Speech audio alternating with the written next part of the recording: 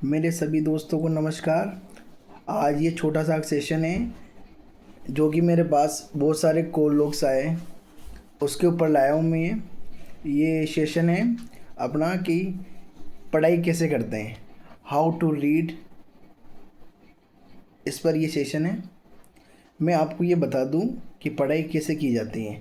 आप जो पढ़ रहे हैं उनको मानता हूँ, हाँ आप पढ़ रहे हैं, लेकिन आपको कहाँ पर सुधार करना है इसे ध्यान से सुने और वहाँ पर सुधार करें जिससे अपनी प्रिपरेशन में थोड़ी हेल्प हो। मैं ये बता रहा हूँ आपको कि आपको अपनी स्टडी प्लानिंग में कुछ चेंज करने की ज़रूरत है।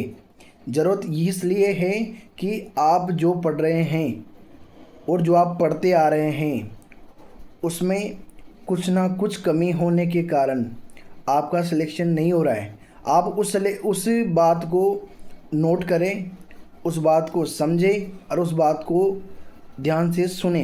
मैं ये बताना चाह रहा हूँ कि आप सबसे पहले अपने नोट्स तैयार करें, किताबों के ऊपर ना रहे, क्योंकि किताबें ही हमें मार्गदर्शित करती है, मानता हूँ, लेकिन ये कंपटीशन है। यहाँ पर आपको शॉर्ट्स नोट्स की ज़रूरत है, शॉर्ट नोट्स बनाने पड़ेंगे, क्योंकि शॉर्ट नोट्स बनाने का मतलब ये होता है कि वो आपके द्वारा लिखे हुए होते हैं। आप कोई भी चीज़ पढ़ते हो, आप केवल रीडिंग मारते हो, आप उसे समझते हो, लेकिन 4-5 दिन निकलते हैं आप उसे भूल जाते हो। तो उस समस्या का सोल्व आपको लिखना ही है। लिखने का मतलब ये है कि आपको सब नहीं लिखना है कि भाई जो नोट्स में हमने बना ले। नोट्स का मतलब क्या होता है? नोट्स का मतलब ये होता है कि आपको शॉर्ट नोट्स बनाने हैं। आज कोई भी टॉपिक ले लो, कोई भी टॉपिक ले लो, अपवाद तंत्र ले लो, इधर से संत संप्रदाय ले लो और इधर से चौहान वंश ले लो, कोई सा भी ले लो। जब तक आप शॉर्ट नोट्स में नहीं बनाएंगे तब तक आपका रिवीजन में दिक्कत आएगी, आपका रिवीजन अच्छे से नहीं हो पाएगा। रिवीजन सबसे बेस्ट तभी होता है जब आप शॉर्ट नोट्स बनाते हैं। शॉर्ट नोट्स कैसे बनाएं ये भी मैं आपको बताता हूँ। जैसे कि आपने कोई भी टॉपिक लिया, अभी अपने पहले बात करिए कि अफवाह तंत्र। अब अफवाह तंत्र क्या है कि आपको यूँ नहीं लिखना है कि भाई ये नदी यहाँ से निकल रही है, ये नदी यहाँ से निकल रही है, ये तो लिखना ही है, ठीक है। लेकिन आपको शॉर्ट नोट्स बनाने का मतलब ये है कि जैसे अफवाह तंत्र ले लिया। अफवाह तंत्र 3 प्रकार से होता है। जैसे आंतरिक अफवाह तंत्र ले लो, इधर इधर से अरब सागरीय अफवाह तंत्र और एक बंगाल की खाड़ी वाला अफवाह तंत्र। तो आपको सबसे पहले ये रखना है कि इन अफवाह तंत्रों में कौन कौन सी नदी आती है, क्योंकि सबसे पहले क्वेश्चन यहीं से बनता है कि ये नदी किस अफवाह तंत्र का भाग है।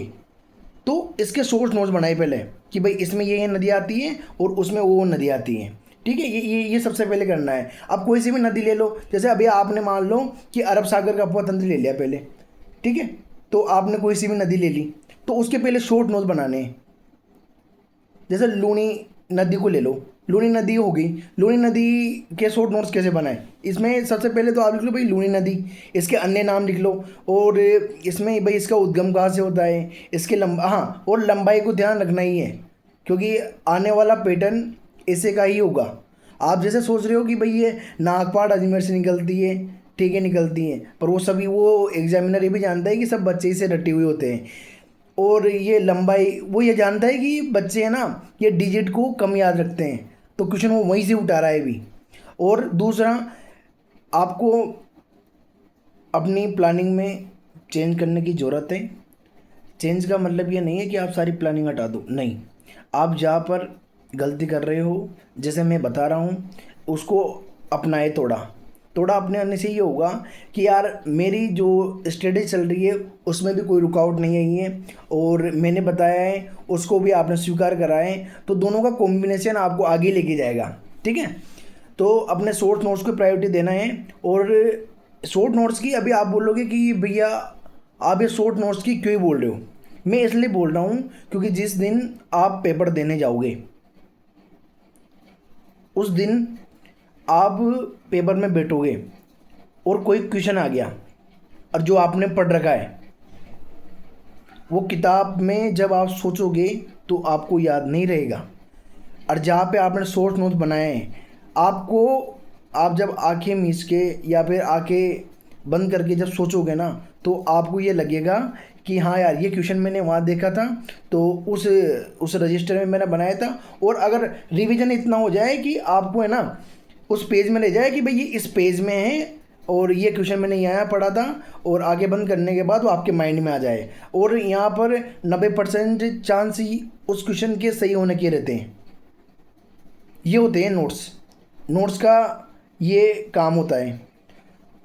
नोट्स का मतलब ये नहीं है कि यार अपन ने भाई ज़्यादा शॉर्ट भी नहीं करने, एक तो उसमें कुछ अपने को जो मैटर चाह रहा है वो पूरा आवे नहीं, वो आना भी ज़रूरी है।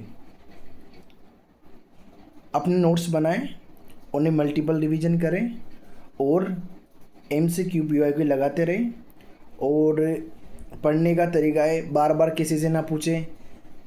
आपको जो मैं बोल रहा हूँ वो अगर अच्छा लगे तो उसे अपना लीजिए, क्योंकि मैं खुद 5 एग्ज़ाम दे के बैठा हूँ। मेरे को यही लगा था लास्ट में भी कि रिवीजन शॉर्ट नोट से ही होता है। किताबें किसी को याद नहीं रहती है, लास्ट में किताबें अपने को ऐसा लग जाता है कि यार ये बहुत ही मतलब ज़्यादा लैंग्वेज टाइप की है, ज़्यादा एक साथ कलेक्ट नहीं होगी एंड में। क्योंकि एंड में पढ़ने जब पेपर होता है ना, तो एंड में सब चीज़ों को कलेक्ट करा जाता है, सारी चीज़ों को एक जगह इकट्ठा करके माइंड में कलेक्शन करना होता है। अब सब चीज़ों का रिवीजन, जैसे मान लो अभी आप पेपर देने गए, उसके एक दिन पहले क्या करोगे? पहले बच्चे क्या करते हैं कि इसको सबको पढ़ लिया, ऐसे नहीं होता है रिवीजन। अब शॉर्ट नोट्स होता है ना, पहले उनको माइंड में ना रिकेप करना होता है, ऐसे करना होता है। अब दूसरा, रिवीजन का बेस्ट मेथड क्या है? रिवीजन का बेस्ट मेथड ये है कि आपको है ना, सबसे पहले तो अपने मेहनत की चुकी है, अपन पहले मेहनत कर चुके हैं। मेहनत इसलिए कर चुके हैं कि अपन ने सब चीज़ें लिख ली है, अपने हाथों से निकाल लिए, 4-5 बार अपने रिवीजन कर लिया है। एंड में ऐसा टाइम आता है कि आपको ऐसा लगने लग जाता है कि यार इसको तो बस अब पेपर होना चाहिए, मैंने इतना रिवीजन कर लिया है कि यार मेरा नहीं होगा तो फिर किसका होगा। इतनी मेहनत करनी है आपको।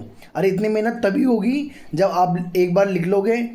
अगर आपके पास टाइम बचता है तो आप 2 बार भी लिखना, आप और बच्चों से आगे निकलोगे।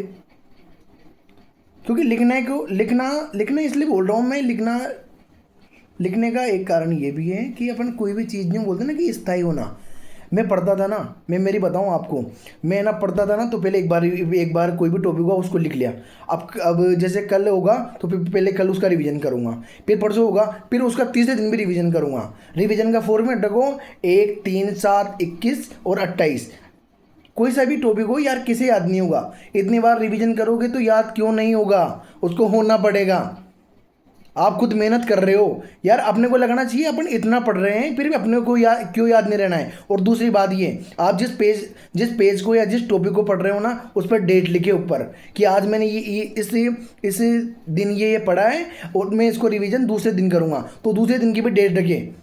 और तीसरे दिन बोला ना मैंने 1, 3, 7 और 21, 28, उसको वो डेट को याद रखे। फिर आप लास्ट में रिवीजन करोगे ना, तब उन डेट्स को देखोगे तो आपको ये चीज़ पता चलेगी यार मैंने इसको पहले भी इतनी बार पढ़ चुका है। यार मेरे में इतनी क्षमता नहीं है कि यार मैं इतनी बार पढ़ चुका हूँ फिर भी मेरे को याद क्यों नहीं रह रहा है। ये सोचने वाली बात है यार। अपन